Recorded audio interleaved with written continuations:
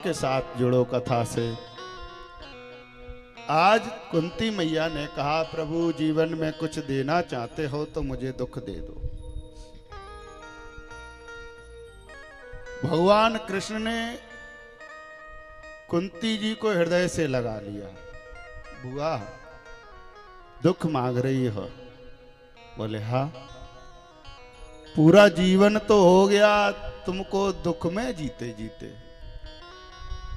प्यारे, जितनी विपत्ति कुंती मां के ऊपर आई हैं पूरे जीवन भर, महाभारत के किसी पात्र ने इतना दुख जीवन में नहीं झेला। जन्म से ही कुंती मैया का उपहास हुआ है। जब इनका विवाह नहीं हुआ था, एक बार दुर्वासा जी कुंती भोज के यहां पधारे। कुंती मैया ने बहुत सेवा की, और जब कुंती मैया ने सेवा की तो दुर्वासा जी कुंती मैया की सेवा से प्रसन्नचित्त हो गए। कहा, बिटिया अब मैं अपने गंतव्य को जा रहा हूं, कुछ मांग लो। कुंती मैया ने कहा, प्रभु हम सनातनी हैं, संतों की सेवा करना हमारा परम कर्तव्य है, कुछ हमको नहीं चाहिए। तो दुर्वासा जी ने प्रसन्न होकर के कुंती मां को एक मंत्र दिया और कहा, बिटिया इस मंत्र का जाप करके तुम जिस भी देव का स्मरण करोगी उसी का अंश तुम्हारे उदर से पैदा हो जाएगा। बोल सियावर रामचंद्र भगवान की जय।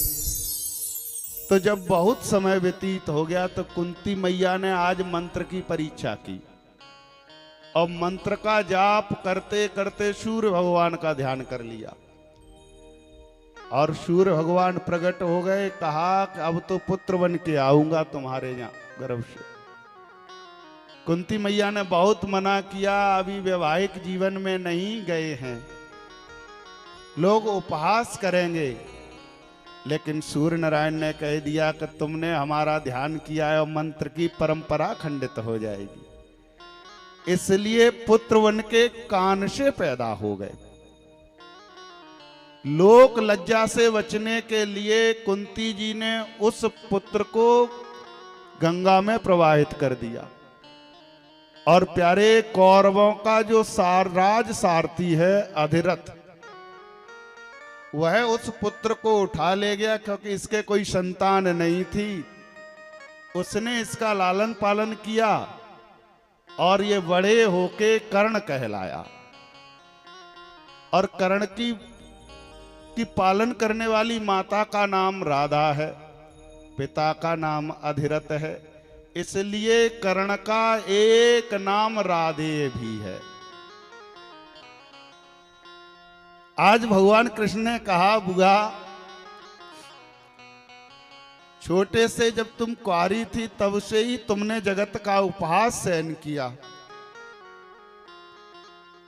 कुंवारेपन में ही पुत्र पैदा हो गया, जगत ने उपहास करना शुरू कर दिया, और जब विवाह भी हुआ तो पति तुमको बीमार मिल गया पांडु।